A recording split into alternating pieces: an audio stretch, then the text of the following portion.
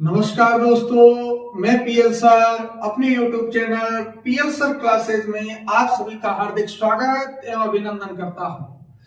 कैसे हो दोस्तों? आशा करता हूं अपने अपने स्थान पर सभी सकुशल कुशल मंगल होंगे। कैसा रहा आज का पेपर बताइए।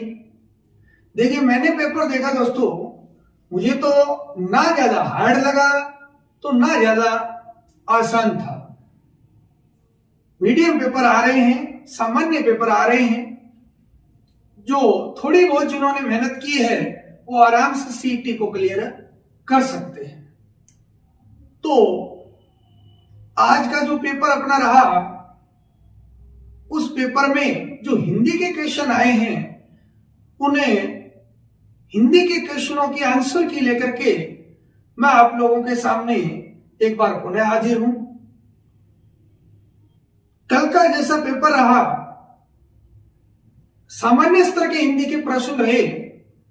आज जो फर्स्ट शिफ्ट का पेपर है, सेकंड शिफ्ट का पेपर है दोस्तों, फर्स्ट शिफ्ट वाला पेपर मुझे कल से भी आसान लगा हिंदी का। देखो, जीके के मैंने प्रश्न देखे, कुछ बहुत ज्यादा आसान भी थे, जैसे एकीकरण कितने चरणों में पूरा हुआ, 7 चरणों में, ऐसे ये नॉर्मल प्रश्न थे। जो अपने सीमावर्ती जिले हैं उनका उत्तर दक्षिण, दक्षिण से उत्तर, ऐसे क्रम पूछा गया, तो कोई ज्यादा जटिल प्रश्न नहीं लगे, सामान्य पेपर था। तो दोस्तों, अपन ने जितना कुछ हिंदी में पढ़ा, क्लास में मैंने आपको जो पढ़ाया, 5 मॉडल पेपर करवाए, उनमें से प्रश्न बार बार परीक्षा में आ रहे हैं। आज का पेपर भी बहुत बढ़िया रहा है, मॉडल पेपर से भी प्रश्न है, और जो क्लास में मैंने आपको पढ़ाया है, जैसा बताया कि यहां से प्रश्न आ सकता है, वहीं से प्रश्न आए हैं। और कल जो मैंने आंसर की करवाई, वो भी आपने अगर ध्यान से देखी, एक एक ऑप्शन को ढंग से देखा, तो दोस्तों वहां से भी प्रश्न निकल करके आए हैं। उस कल की व्याख्या से आज आप एक प्रश्न तो सही कर सकते थे। कल की व्याख्या से ही आप एक प्रश्न सही कर सकते थे, अगर आपने ढंग से कल के पेपर में मेरी व्याख्या देखी हो। तो दोस्तों, आप ज्यादा से ज्यादा क्लास को शेयर कर दीजिए, लाइक कर दीजिए, और अब कम से कम जितने जुड़े हुए हो, आपसे विनम्र प्रार्थना है, एक एक स्टूडेंट, कम से कम 5-5 विद्यार्थियों को क्लास को शेयर जरूर करें, ताकि सभी विद्यार्थियों को फायदा मिल सके, नए विद्यार्थी अपने साथ जुड़ सके। एक और सूचना दोस्तों, मैं कल से 12th की जो कंपल्सरी हिंदी है, उसकी क्लासें अपने चैनल पर शुरू करने जा रहा हूं। तो आपके संपर्क में जितने भी विद्यार्थी हैं, आप जो है उनको जोड़िए, ताकि उन सभी को फायदा मिल सके, वो सभी अपने से जुड़ सके। तो आप सबको सूचित करें। विश्वास दिलाता हूं दोस्तों, अच्छे अंक वो हिंदी में प्राप्त करेंगे। इस 1 महीने के दौरान अगर वो मेरे साथ रेगुलर जुड़े रहते हैं, मेरे नोट्स से तैयारी करते हैं, तो बढ़िया अंक लेकर के आएंगे, ये मैं आपसे वादा करता हूं। आप ज्यादा से ज्यादा क्लास का प्रचार कीजिए। तो दोस्तों, चलिए चलते हैं। आज का जो पेपर था अपना फर्स्ट शिफ्ट का, जिसमें पहली पारी में जो प्रश्न आए उनका अध्ययन देखते हैं। पहला प्रश्न था, आह्वान शब्द का विलोम शब्द है। आह्वान शब्द का विलोम शब्द देखो, आर्द्र दोस्तों नहीं होगा, क्योंकि आर्द्र जो दे रखा है उसका अर्थ गीला होता है, तो इसका विलोम शब्द शुष्क होता। क्या होता? शुष्क होता, तो ये ऑप्शन नहीं होगा। आह्वान देखो, देवताओं को पूजा पाठ करते हैं, देवताओं को अपन क्या करते हैं? आह्वान करते हैं। तो पूजा पाठ के बाद अपन, कार्य समाप्ति के बाद अपन उनका विसर्जन करते हैं। तो ये आपका आंसर सही है। देखो, अनृत, ये जो है इसका रित होता है दोस्तों। क्या होता है? रित होता है। अभ्यंतर जो है इसका बाहरी यानी बाह्य, ये होता है। तो एक एक ऑप्शन पे ध्यान रखें, आगामी पेपर में यहां से अंतर बनाए जा सकते हैं। जैसे कल के पेपर से एक प्रश्न आ गया था मित्रों वैसा का वैसा दिखाऊंगा। देखिए, निम्नलिखित में से किस विकल्प के सभी शब्द अशुद्ध है? यह प्रश्न मैंने अनेक मॉडल पेपर में करवाया, बार बार इन शब्दों की चर्चा की है। वैसा का वैसा प्रश्न है। देखो, श्रृंगार, ये बिल्कुल सही है। मैं आपको अनेकों बार बता चुका हूं कि श्रृंगार ऐसे लिखा जाता है, कई पेपर में बात कर चुके हैं। संग्रहित ऐसे ही लिखा जाता है। देखो, वर्णमाला में गृहीत नाम आता है दोस्तों, ये तो गृहीत स्वर है अपना। ध्वनि वाले टॉपिक में आपको ओ, डॉक्टर में लगता है ओ। एक गृहीत व्यंजन की बात आती है तो क, ख, ग, ज और फ, इनके नीचे नुक्ता लगी है दोस्तों, वो है। तो इनका ध्यान देंगे। ये सही है। एक क्या आपका सही है बिल्कुल, क्योंकि एक में यह प्रत्यय मिलने से अगर ए मिलता है तो ए ई आई में बदल जाता है, क्या आधा हो जाता है, तो एक क्या बना है, ये राइट है। तो तीनों ही राइट है इसमें, तो अशुद्ध पूछा है तो ये तो हो नहीं सकता। देखो, तदुपरांत, बिल्कुल तत्धन उपरांत, तो दोस्तों देखिए तय का बन जाता है द, तो तदु, ऊ लगा तो तदु, दे बन गया तदुपरांत, तो ये शब्द आपका सही है। तत्वाधान, तत्वाधान भी सही है दोस्तों, क्योंकि तत्व में त्व जुड़ा फिर अवधान, तो क्या बना दोस्तों, तय आधा तय पहले से है, आगे तय और है, तत्व वह का वा बन गया और वधान, तो तत्वाधान बिल्कुल सही है। तय दो बार आएंगे यहां पर। तदंतर, देखो वही बात, तत्धने अंतर, तत्धने अंतर दोस्तों, देखिए तय स्वर आया, दे में अपने तीसरे में बदल गया, आधा था ए मिला तो तदंतर, तदंतर ये भी सही है। तो तीनों ऑप्शन यहां पर सही है दोस्तों। अगर देखिए, ये आपका क्या है, गलत है, क्योंकि कौनते कौनते बनता है दोस्तों, कुंती से। कुंती शब्द में यह प्रत्यय जुड़ने से तो आप देखोगे ऊ का अब हो जाता है, तो कब होना चाहिए था, और यहां पर ये ए जुड़ा इसमें, तो तय आधा हो जाता, त ए की मात्रा जुड़ती, ये अनुस्वार आता, तो कौनते होना चाहिए था, औ की मात्रा आनी चाहिए थी, लेकिन है नहीं, तो ये गलत। तृतीय में देखो री लगना चाहिए था, ये रे जोड़ रखा है, ये भी गलत। के कई उल्टा दे रखा है दोस्तों, पहले कई आता, फिर के आता, फिर ये आता, ये के कई सही होता। तो ये आपके तीनों ही शब्द गलत है, और सभी अशुद्ध पूछे थे, ये आपका ऑप्शन है सही है। देखो, कृत कृत्य कल के पेपर में भी था, सही है। केस शब्द सही है, औषध सही है, तो तीन ऑप्शन सही है दोस्तों। तो ये आपका उत्तर से निकल करके आता है। अगला देखेंगे दोस्तों, अगला यहां से पूछा गया प्रश्न था अपना आज के फर्स्ट शिफ्ट में, तीसरा प्रश्न था, पथभ्रष्ट शब्द में कौन सा समास है? बहुत अच्छा था। देखिए, ये रास्ता है दोस्तों, यहां से आप जा रहे हैं, आप जाते जाते इस रास्ते में पूरे यहां से यहां हो गए, मुड़ गए, यहां अलग हो गए, तो ये रास्ता था, इसको पथ कहते हैं। आप इससे अलग हो गए तो पथ से भ्रष्ट, पथ से भ्रष्ट, तो अलग होने में कौन सा होता है? अपादान। अलग होने के योग में अपादान तत्पुरुष होता है दोस्तों। तो यहां देखिए, आपका अधिकरण नहीं होगा, संप्रदान नहीं होगा, अपादान तत्पुरुष समास यही होगा। अलग हो रहा है, कारण तत्पुरुष नहीं होगा, आपका उत्तर मिल गया होगा। अगला प्रश्न था दोस्तों, translate the following sentence into Hindi.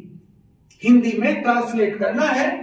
He called a taxi for me, he called a taxi for me, यानी उसने मेरे लिए एक टैक्सी बुलाई, फॉर मी मेरे लिए, ए टैक्सी, टैक्सी कॉल्ड बुलाई, यानी उसने मेरे लिए एक टैक्सी बुलाई। पहला ही आपका आंसर निकल के आता है। वह मेरे लिए एक टैक्सी लाया, नहीं है, उसने मुझे एक टैक्सी कहा, नहीं, उसने मुझे टैक्सी पुकारा, नहीं। अगला है, अमेंडमेंट के लिए सही पारिभाषिक शब्द है अनुमोदन, संशोधन, परिवर्तन, सहमति। तो दोस्तों संशोधन क्या होगा? संशोधन होगा। अगला ऋग्वेद शब्द का सही संधि विच्छेद क्या है? कई बार क्लास में बात की मैंने, ऋक धन वेद। देखो ये यहाँ पर ऋक बना है ऋचा से। किससे बना है? ऋचा से बना है। ऋचा का अर्थ होता है छंद। जो छंदों से बना हुआ वेद है वो ऋग्वेद है। ऋचा शब्द से बना ऋक। तो कै जो है वो वे आ गया घोष वर्ण, तो अपनी तीसरे में जाएगा तो ग, तो क्या बनेगा? ऋग्वेद। तो ये क्या आता? ऋक धन वेद। पहला ही ऑप्शन पड़ा है दोस्तों, ऋक धन वेद। ये सब गलत है। समझ में आ गया होगा मित्रों। अगला प्रश्न अपना है दोस्तों, देखेंगे निम्नलिखित में से प्रत्यय रहित शब्द कौन सा है? प्रत्यय रहित, जिसमें प्रत्यय नहीं। देखो पहला दे रखा है धैर्यवान। देखो मूल शब्द है धैर्य, वान प्रत्यय है इसमें। तो अगला है रित। अगला अपना है धैर्यवान के बाद पुत्रवत। पुत्रवत, देखिए पुत्र मूल शब्द है, वत प्रत्यय जुड़ा हुआ है इसमें भी। अगला है पत्रकार। देखो पत्रकार, इसमें भी देखो पत्र, इसमें मूल धातु क्री, क्री में आर प्रत्यय जुड़ा है जिससे बना है कार, इसमें भी प्रत्यय है। लेकिन यहां देखिए दुस्साहस, दु है धन, साहस।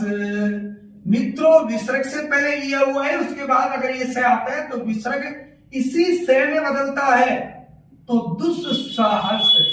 इसमें आपका दु यानी दुर उपसर्ग है। दुर क्या है?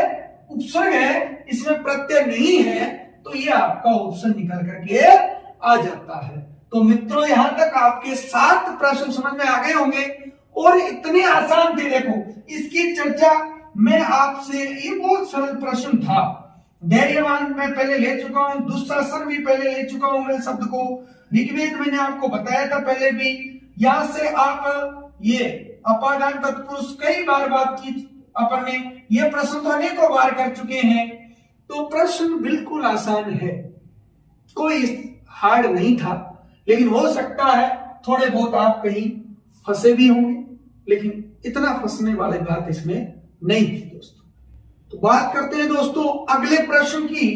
जो प्रश्न आया था 8 नंबर आज की परीक्षा का, उतना निम्नलिखित में से कौन सा सरकारी पत्र नहीं है? बहुत अच्छा प्रश्न था और बिल्कुल आसान था। देखिए अधिसूचना बिल्कुल राजपत्र यानी गजट में प्रकाशित होता है, ये तो सरकार का मुख्य पत्र है।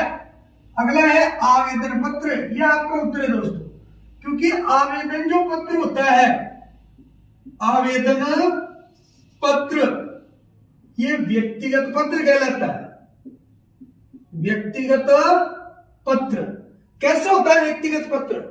जैसे एक पेपर में मैंने आपको ऐसा प्रश्न करवाया था कि अगर आपको सरकारी नौकरी चाहिए तो आप कौन सा पत्र प्रेषित करेंगे?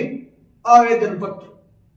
क्या करेंगे? आवेदन लगाते हैं नहीं लगाते अपने? तो लगाने वाला अपन खुद ही तो है, व्यक्ति तो है। ये व्यक्ति लिखता है कार्यालय के लिए, व्यक्ति लिखता है किसी कार्यालय के लिए, इसीलिए व्यक्तिगत पत्र है। सरकार अधिसूचना सरकारी पत्र है। परिपत्र एक से अधिक कार्यालयों को भेजा जाने वाला। ध्यान रखना ये प्रश्न आ सकता है आगे वाले एग्जाम में, 11 तारीख वाले में यह प्रश्न आ सकता है। आगे देखिए अनुस्मारक, कार्यालय से पत्र लिखा गया, अगर उसका जवाब नहीं आया तो पुनः याद दिलाने के लिए, पुनः स्मरण के लिए अनुस्मारक पत्र लिखा जाता है। यह प्रश्न आ भी चुका है, अपन मॉडल पेपर में बात की थी, मैंने एग्जाम में भी आ चुका है। तो तीनों आपके सरकारी पत्र है। एक से अधिक की बात करें तो परिपत्र, पुनः याद दिलाने के लिए अनुस्मरण, और गजट पत्र में अधिसूचना। लेकिन आवेदन पत्र व्यक्तिगत पत्र होता है जिसमें व्यक्ति जो है वो किसी कार्यालय को लिखता है। तो आपका उत्तर हो जाएगा आवेदन पत्र। बात करते हैं अगले प्रश्न की।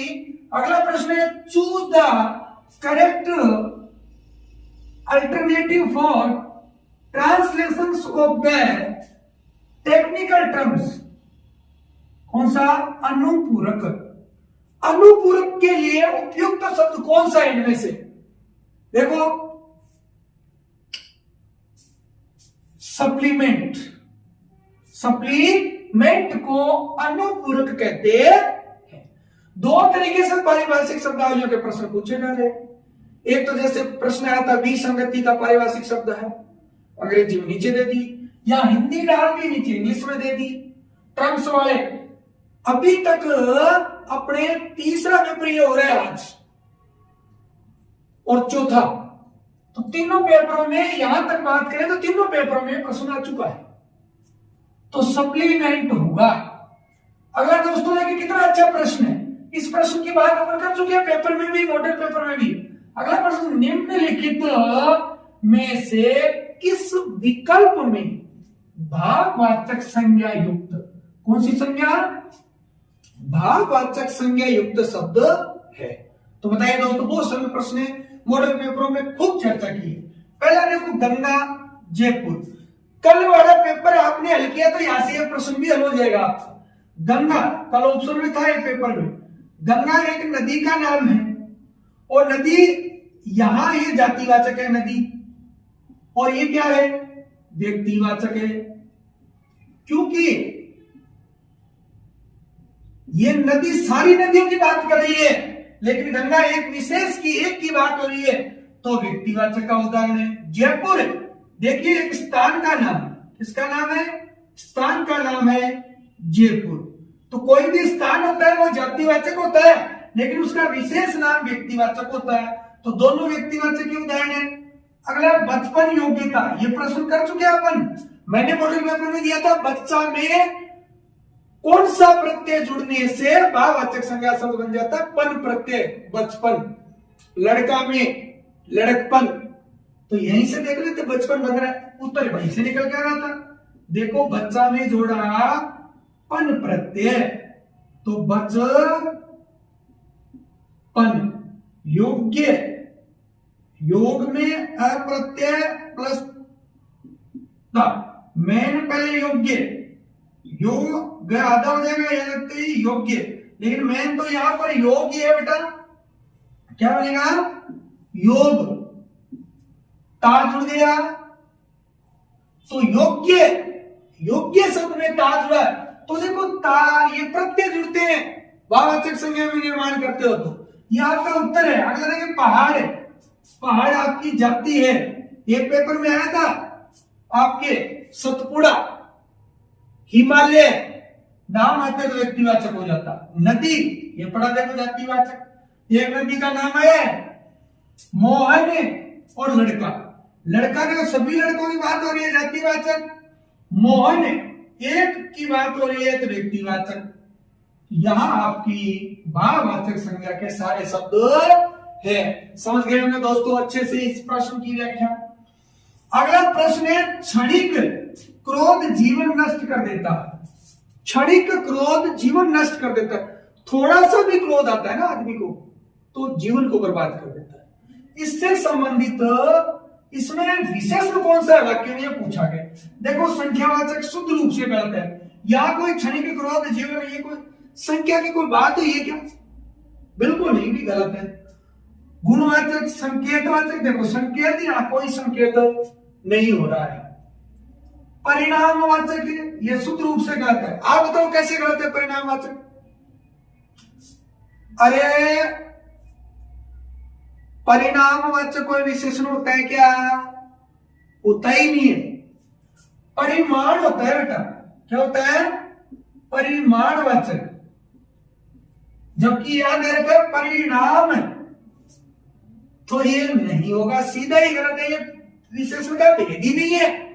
दो तो सीधे हो गए, ना संख्या की बात हो रही ना यहाँ परिणाम की बात हो रही, दो में से देखकर संकेत है ही नहीं, गुणवाचक है क्या, कैसे देखो, यहां है क्रोध, क्या है, क्रोध, और क्रोध है भाववाचक संज्ञा, भाववाचक संज्ञा, क्रोध कौन सी है, भाववाचक संज्ञा, और इस क्रोध के पहले जुड़ा है क्षणिक। क्रोध आया लेकिन कितना, थोड़े से समय के लिए, क्षण भर के लिए, तो ये संज्ञा शब्द है, और संज्ञा सर्वनाम की विशेषता है, ये क्षणिक विशेषता बताने वाला शब्द क्या होता है, विशेषण होता है। एक काम तो हो गया अपना। अब विशेषण कौन सा है, ये गुण है, दोष है, जो भी आपका गुणवाचक है, क्योंकि चारों ऑप्शन में से ही अपने आप निकल करके आ रहा है। तो समझ गए होंगे, बड़ा अच्छा प्रश्न था, ऐसे प्रश्न डालने भी चाहिए। अगला देखो, कनक के अनेकार्थक को प्रकट करने वाला शब्द नहीं है।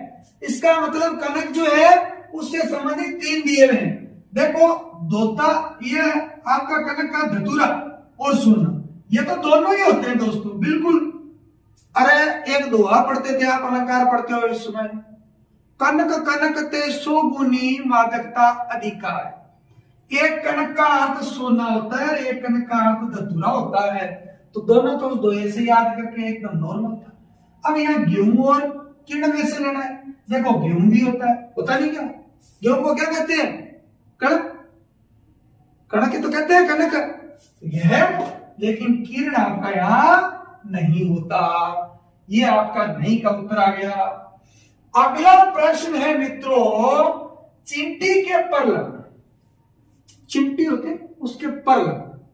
देखो, घबराहट नहीं होगा। चिंटी के पर लगने से मतलब वो घबराएगी क्यों भाई? गलत। लेकिन इस शब्द को ध्यान रखना, ये इसमें घबराहट, आहट, आहट प्रत्यय है। ये कहीं पूछा जा सकता है। अधिक घमंड करना, वो भी कोई ठान लाग रही वही। मुझे पता है कि आपको ये आंसर लग रहा था, लेकिन बेटा ये आंसर नहीं है। क्यों नहीं है? देखो, हाँ, चिंटी के पर आगे घमंड हो सकता है, लेकिन घमंड वाली बात नहीं है। देखो, जैसे उसके पर लगते हैं तो कीड़ा मकोड़ा चिंटी कहां जाएगी? दीपक के पास जाएगी, और दीपक के पास जाकर के अपने जीवन को समाप्त कर लेती है। पतंगे को कितना प्रेम होता है अग्नि से, वो अपने प्रेम की खातिर अपने प्राणों को त्याग देता है। क्यों? देखो, पर नहीं लगते तो दीपक के पास नहीं जाती चिंटी, और अपना जीवन समाप्त नहीं होता। पर लगे दीपक के पास जाती है, जीवन क्या हो जाता है? उसमें जल करके नष्ट हो जाता है। देखिए, विनाश के लक्षण प्रकट होना। पंख लगने का मतलब ये है, जल के मरेगी, विनाश हो जाएगी। तो पंख आने का मतलब क्या है? लक्षण प्रकट होने लग गया। जवाब नहीं देना, कोई तुक ही नहीं, तो बेटा समझ में आ गया होगा। जिस समास में पहले शब्द के बाद कारक चिन्ह किसी न किसी रूप में विद्यमान रहता है उसे कहते हैं।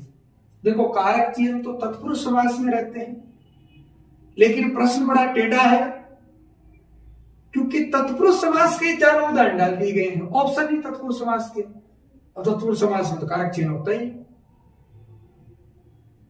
पहला देखो, अलुक तत्पुरुष समास।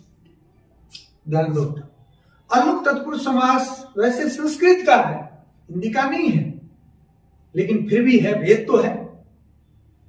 बड़ा गहरा प्रश्न पूछा गया है, ऐसे प्रश्न नहीं पूछने चाहिए। संप्रदान तत्पुरुष, देखो पहले तो कर्मधारी को निपटा हो, ये तो नहीं हो सकता। क्यों? कर्मधारी में विशेष्य और विशेषण की बात होती है, कारक चिन्ह की बात नहीं होती। विशेष्य और विशेषण की बात होती है।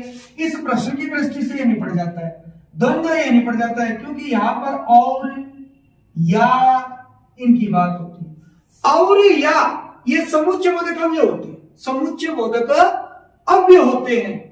और यानी संयोजक, या यानी विकल्प, तो ये भी कट गया।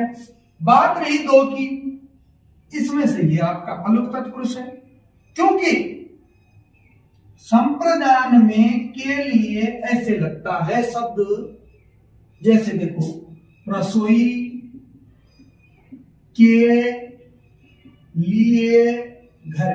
अब एक के लिए आ तो गया, लेकिन जैसे इसको शब्द बनाओगे तो रसोई घर हो गया। ये तो क्या हो गया? हट गया। प्रश्न क्या कर रहा है? किसी न किसी रूप में विद्यमान रहता, तो ये अलुक निकला कि नहीं निकला? जैसे देखो, थाना में दार, थाना दार, थाना धन दार, सब बना थानेदार, तो ओ ने, देखो चंद मौजूद है कि किसी ना किसी रूप में मौजूद रहता है। अलुक तत्पुरुष समास होगा। तो दोस्तों समझ में आ गए होंगे ये प्रश्न, बड़े अच्छे प्रश्न थे। पहली पारी में काफी मॉडल पेपरों से अपने को सहायता मिली है, क्लास वर्क से अच्छी सहायता मिली है। पहला जो मॉडल अपना जो ये फर्स्ट शिफ्ट का पेपर रहा है, बड़ा अच्छा पेपर आया है। एक दो प्रश्न स्तरीय प्रश्न भी है, बाकी आसानी से आप कल दो प्रश्न तो ऐसे आए, कल की आंसर की अगर आपने देखी ढंग से, उसका आपने विश्लेषण ढंग से देखा, व्याख्यात्मक हल ढंग से देखा, तो आप उन दोनों प्रश्नों के उत्तर निकाल पा रहे थे। छोटी छोटी व्याख्यात्मक बातों पे आपने अगर मॉडल पेपर में ध्यान दिया है तो आप अधिकांश प्रश्नों को हल कर पा रहे हो। तो ये फर्स्ट शिफ्ट का पेपर था दोस्तों, मैं इसको बिल्कुल स्तरीय ही कहूंगा। आपने आशा करता हूं बड़ा अच्छा स्कोर हिंदी में किया होगा, क्योंकि प्रश्न बड़े अच्छे हैं, आराम से आप कर सकते हो। तो अगर क्लास आप सभी को पसंद आ रही है तो आप क्लास को देखो लाइक करें और ज्यादा से ज्यादा शेयर करें। ये मैं बार बार कह रहा हूं आपसे, क्योंकि आप मेरे प्रिय बच्चे हैं, आप ही वो प्रिय विद्यार्थी हैं जो अपनी क्लास में नए विद्यार्थी जोड़ेंगे। तो शेयर जरूर करें। चलिए बात करते हैं अगले शिफ्ट के पेपर की। दूसरी पारी में, दूसरी शिफ्ट में जो पेपर आया उसमें कौन से वो 14 प्रश्न आए हिंदी के, उन सभी प्रश्नों की बात करते हैं। तो दोस्तों अब बात करते हैं आज के सेकंड शिफ्ट में हुए पेपर की, जिसमें हिंदी के जो प्रश्न आए वो किस प्रकार के रहे। तो चलिए देखते हैं पहला प्रश्न। पहला प्रश्न है दोस्तों, प्रत्येक शब्द में कौन सा उपसर्ग है? उपसर्ग। प्रत्येक शब्द दोस्तों, प्रत्येक प्रय लग रहा होगा आपको, लेकिन है नहीं, यह से पहले आधा वर्ण है तो यह बनता है ई का प्रतिधन एक। यण संधि, कौन सी संधि? यण संधि है दोस्तों, और प्रति उपसर्ग है, तो आपका ये प्रति ऑप्शन सही होता है। अगला प्रश्न आया था सौदामिनी का शुभ रूप है। दोस्तों पहली बात तो दो मात्राएं आती है, तो जहां दो मात्राएं हैं ये कट गया, दो मात्राएं लेकिन मी छोटी आती है, तो ये आपका ऑप्शन रहा, ये दो मात्राएं हैं, मी छोटी मी बड़ी, तो आपका ऑप्शन सही हो गया दूसरा। अगला है मोर का पर्यायवाची नहीं है। दोस्तों मयूर होता है, केकी भी होता है, देखो केकी कीर बतरावे, तो केकी मोर, कीर यानी तोता, सारंग भी होता है लेकिन केसरी नहीं होता, ये सीए का भी होता है केसरी। तो देख लिया। अगला प्रश्न है निम्नलिखित में से अकर्मक क्रिया का वाक्य चुनिए। दोस्तों बहुत सरल है, अकर्मक मैंने कहा सहज स्वाभाविक क्रिया होती है, क्या कौन का प्रश्न कीजिए। पहला प्रश्न देखते हैं, वह श्याम से पत्र लिखवाता है, खुद काम नहीं करा दूसरों से लिखवा रहा है, तो प्रेरणार्थ क्रिया, ये तो कट गया। पूजा, पूजा कर रही है, तो कौन कर रही है? पूजा। क्या कर रही है? पूजा। दोनों एक ही उत्तर है, लेकिन अलग अलग शब्द है, दो जगह आया है, तो आपका सकर्मक क्रिया का है, तो ये भी नहीं होगा। हेमलता हंसती है, देखो हंसना, रोना, भागना, दौड़ना, ये सब क्या है? सहज स्वाभाविक क्रिया है, अकर्मक क्रिया का उदाहरण हो गया। माता जी कपड़े धो रही है, क्या धो रही है? कपड़े। कौन धो रही है? माता जी, तो ये नहीं होगा, सकर्मक क्रिया का उदाहरण है। अकर्मक पूछा गया है, हेमलता हंसती है, आपका उत्तर हो जाएगा। अगला है मध्यम पुरुष सर्वनाम का प्रयोग किस वाक्य में हुआ? दोस्तों कितना सरल है, कल के पेपर में आया था उत्तम पुरुषवाचक, वो आपने किया, कल ही समझाया था, उत्तर दे सकते थे। मैंने आपको कल बताया था, मैं उत्तम, तुम मध्यम, बाकी सब प्रथम। तो मैं में खुद के लिए मैं, मेरा, हम, हमारा, हमें, ये सब, तुम, तुम्हारा, तुम्हें, आप, ये सब है। तो देखिए मैं उत्तम पुरुषवाचक, अपने आप, अपने आप आता है नीचवाचक सर्वनाम। फिर वह चली गई, तो मैं कह रहा हूं वह चली गई, मैं कह रहा हूं, आप सुन रहे हो, अन्य की बात हो रही है, अन्य पुरुषवाचक सर्वनाम। वह नहीं जाएंगे यानी हम नहीं जाएंगे, खुद की बात, हम नहीं जाएंगे मैं कह रहा हूं, तो उत्तम पुरुषवाचक। आप बीमार हो गए थे, ये रहा आप। मैं कह रहा हूं आप बीमार हो गए थे, मैं कह रहा हूं आपको आदर दे रहा हूं, तो आदर सूचक में आप, ये आपका आंसर है। अगला है रेनबो के लिए सही पारिभाषिक शब्द है, तो ये आपका प्रतिपूर्ति होगा दोस्तों। क्या होगा? प्रतिपूर्ति होगा। अगला प्रश्न मिला है निम्नलिखित में से किस शब्द में द्वंद्व समास नहीं है? द्वंद्व समास नहीं है। देखो, दाल रोटी, दाल और रोटी, जीवन मरण, जीवन या मरण, शुभागमन, ये आपका उत्तर है। क्योंकि कंद मूल, कंद और मूल, ये तीनों आपके क्या है? द्वंद्व समास के। लेकिन शुभागमन, कैसा आगमन? शुभ आगमन, कर्मधारय समास। अगला है छप्पर पर फूस में होना। मित्रों कितना अच्छा है, आपने पहले देखा भी, कल के पेपर में ऐसा कैसा है तो ऑप्शन, तो अत्यंत गरीब की स्थिति मानी जाती है। छप्पर पर पूछ नहीं होना, जो आप रहने के लिए उसका छप्पर है उसके ऊपर पूछ नहीं होना, तो गरीब होगा तभी नहीं डाल पाएगा, तो बहुत परिश्रम करना नहीं होगा। अत्यंत गरीब होना, ये आपका उत्तर है। बुरी तरह हारना, ये सब निम्नलिखित में से गो का अनेकार्थक समूह है। गो का देखिए, स्वर्ग, जल, पारा, ये अमृत के नहीं हो सकता। स्वर्ग, सूर्य, बेल, ये आपके अनेकार्थक है। किसके? गो के। वेद, संग, समुद्र नहीं है। श्रेष्ठ भाग नहीं। किस शब्द में अव्ययभाव समास नहीं है? 3 में अव्ययभाव है, 1 में नहीं है। तो देखिए, अनुसार, बिल्कुल अनुपसर्ग लगाया है, प्रति उपसर्ग लगाया, दिन में है, बर उपसर्ग लगाया है, सज्जन इसमें नहीं है, क्योंकि इसमें संधि है सतदंजन, सज्जन, व्यंजन संधि। जहां संस्कृत के उपसर्ग लगे होते हैं अव्ययभाव समास होता है। ये पिछले पेपर में ही मैंने बात की है। अगला प्रश्न है एक एक शब्द का सही संधि विच्छेद है। मित्रों वही बात है, एक धन एक, के बाद अगर ए आता है तो आई में बदल जाता है एक एक, एक एक, तो ये आपका ऑप्शन पड़ा एक एक, उत्तर हो गया। चलिए बात करते हैं अगले प्रश्न की। तो मित्रों लास्ट प्रश्न है ज्ञापन के विषय में असत्य कथन है। ज्ञापन के बारे में देखो, पत्रों से पूछे गए हैं ज्ञापन के विषय में। ज्ञापन में न महोदय संबोधन होता है, न भवदीय स्वनिर्देशन, बिल्कुल ये राइट बात है। ज्ञापन अन्य पुरुष शैली में लिखा जाता है, ये भी सही बात है। ज्ञापन एक ही मंत्रालय, विभाग अथवा शाखा में अपने समकक्ष या अधीनस्थ अधिकारी अथवा कर्मचारी को दिया जाता है, ये भी सही बात है। किसी सार्वजनिक सभा के लिए कर्मचारी को आदेश दिया जाता है, ये गलत बात है। तो मित्रों सेकंड पारी में आपके 12 प्रश्न आए, ये मुझे 12 ही मिले, हो सकता है ज्यादा हो, लेकिन पूरे पेपर में मुझे तो 12 ही मिले। तो 12 प्रश्न बिल्कुल स्तर एकदम आसान था इन 12 प्रश्नों का। जो कक्षा में अपने प्रश्न किए, जो मॉडल पेपरों में प्रश्न किए, आपने हुबहू प्रश्न भी देखे हैं और व्याख्यात्मक रूप से भी देखे हैं। जो मैंने क्लास में एक एक चीज बताई कि यहां से प्रश्न आता है, ये महत्वपूर्ण है, वैसे के वैसे छपे हैं। तो मित्रों ये आपका आज का पेपर रहा। आप सभी को क्लास कैसी लगी? अगर अच्छी लगी है तो अपने मित्रों को ज्यादा से ज्यादा शेयर करें और ज्यादा से ज्यादा सदस्यों को जोड़ें, क्लास को लाइक करें। एक विशेष सूचना फिर कहता हूं दोस्तों, कल से मैं 12th की कंपल्सरी हिंदी का बैच शुरू कर रहा हूं निःशुल्क यूट्यूब पे। रात्रि होगा 8 या 9 बजे से।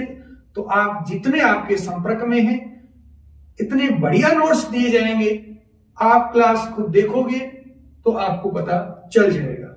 आपने जितने भी आपके संपर्क में हैं सबको मित्रों जोड़िए, ताकि ज्यादा से ज्यादा विद्यार्थियों को इसका फायदा मिले। अगर 1 महीने मेरे साथ जुड़ते हैं, वो मेहनत करते हैं, तो मैं 80+ नंबर की उनकी 1 महीने के अंदर ये विश्वास दिलाता हूं कि वो प्राप्त कर लेंगे। अगर वो मेहनत करने वाले बच्चे हैं तो मैं 0 लेवल से ऊपरी स्तर तक हर प्रकार के मैटर उनको उपलब्ध करवाऊंगा। आप मेरी क्लास कल देखना। कल का मेरा टॉपिक ऐसा है, जो रीट जो हो रही है उस रीट में और एलडीसी एग्जाम में और जो सेकंड ग्रेड, फर्स्ट ग्रेड सब एग्जाम में, उनमें वो टॉपिक वैसा का वैसा आता है। तो 3rd ग्रेड में REET, RTET, CTET, LDC, first grade, second grade, इन सब में वैसा का वैसा उस टॉपिक से प्रश्न आते हैं। तो आप सभी भी उस क्लास में जुड़िए, आपको आनंद आएगा। तो आप सभी से पुनः मैं ये कहना चाहूंगा कि आप अपने संपर्क के सभी विद्यार्थियों को सूचित करें, उनको जोड़ें, ताकि सबको फायदा मिल सके। 11 तारीख वाले पेपर के लिए मैं सभी को शुभकामनाएं प्रेषित करता हूं और कहता हूं कि आप इन्हीं 4 जो शिफ्ट में पेपर हुए हैं उनके आधार पर आप हिंदी की तैयारी कीजिए। अगर आपको हिंदी की मुझसे कुछ हेल्प चाहिए या मेरी क्लासें आपको और किन रूप में मैं लेके आऊं, अगर आपको सीटी से संबंधित चाहिए तो आप मुझे मैसेज करके जरूर बताना। मैं आपके लिए क्लास 11 तारीख तक जरूर लेके आऊंगा। तब तक के लिए दीजिए इजाजत। राम राम सर।